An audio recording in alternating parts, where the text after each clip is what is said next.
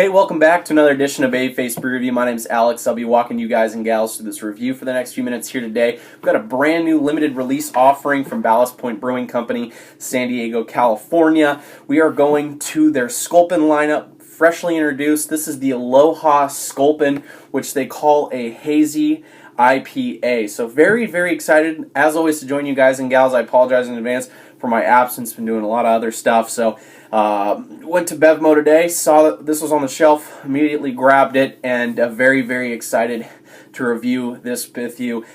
Sculpin was one of the beers that got me into craft beer, and I'm sure it got a lot of you out there as well into it, and it still remains one of my favorite beers, in terms of the classics. It's just a great, well-balanced, tropical fruit, citrus zest, pine resin of an IPA, really, really well done by them, regardless if they were bought out and sold out to the Constellation brands, but another argument for another day. Getting into the specs of the beer, 7% alcohol by volume, 70 IBUs, sticking to that Sculpin recipe that we see on habanero, grapefruit, unfiltered, pineapple, regular Sculpin.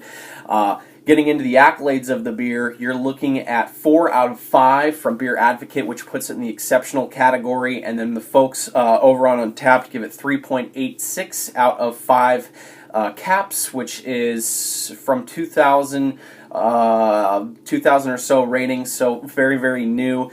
Very solid reviews from what we can see. I know that Sculpin is probably my favorite of the varietals or the offerings.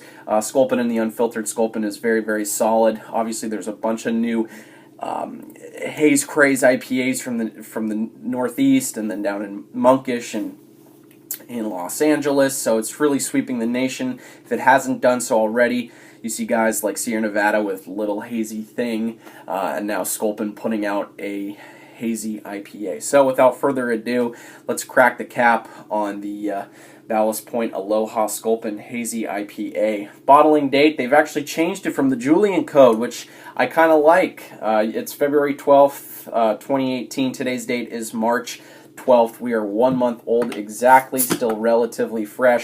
They're using Brux Trois yeast in here, which is a wild yeast, a Belgian yeast strain essentially you see in some wild ales. Kind of gives it a tartness along with a pineapple kind of mango note to it is what they're saying on the website there. I looked up as well on White Labs and got a little more information from the yeast strain, or regarding the yeast strain, excuse me.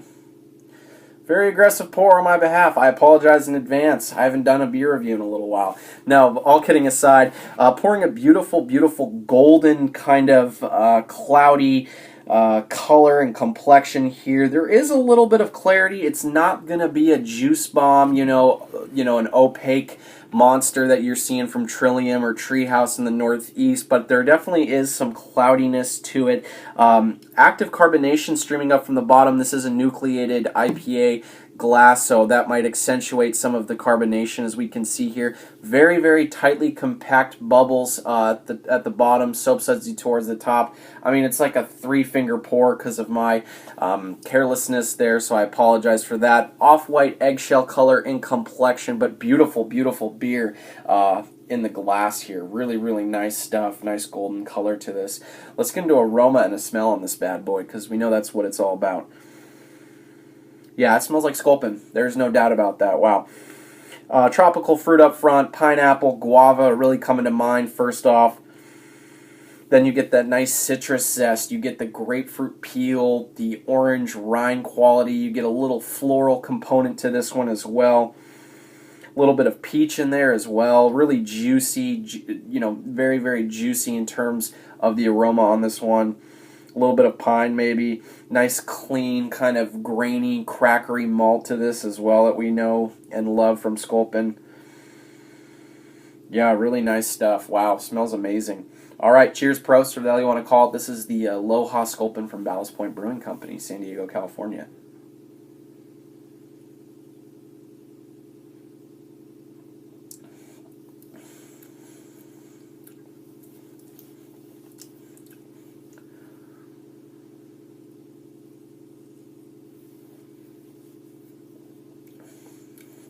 This yeast, too, will also kind of create a cloudiness.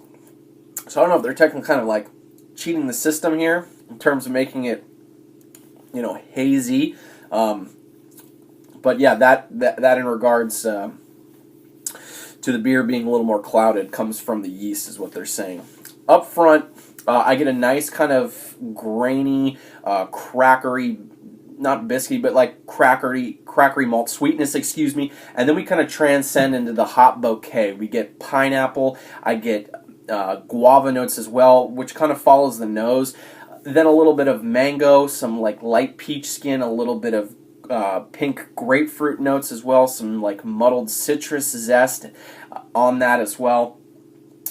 Then on the back end, I kind of get the tartness that they're talking about. I do get a little bit of that. There is some tropical fruit coming out in that. It's just ever so subtle. It's not puckering, but there is a little bit of it there saying, hey, I'm here.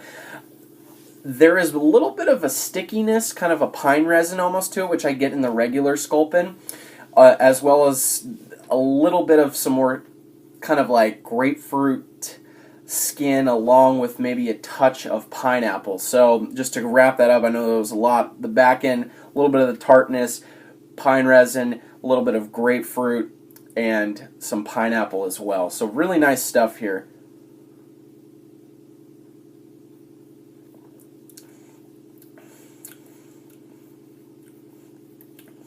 Yeah, it's nice. Really nice. It's so crisp, and it's very clean, and it's refreshing.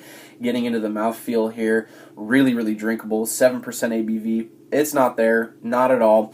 Nice mild to medium carbonation. Keeps the drinkability way, way up.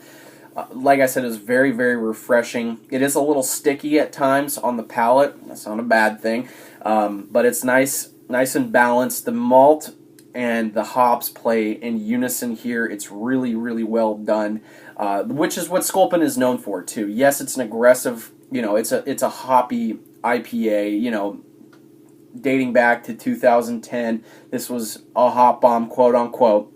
Obviously, it still stands the test of time, but everything is caught up, obviously. But it's very well balanced between the hops and the malt. It's very clean, and the nice dry finish that it has adds to that drinkability. So, as for a grade, I'm going to go 89, B+, A- beer. I think it's solid. The Ballast Point price point has dropped a little bit. It seems like from what I've seen, I think this was $13.99 for a 6-pack. I'll have no problem kicking these back. Very nice. I think this would be a nice summer offering. Is it a true hazy IPA? No. There is definitely clarity there. It kind of looks muddy in the glass, whatnot, but still definitely worth a try if you love Sculpin.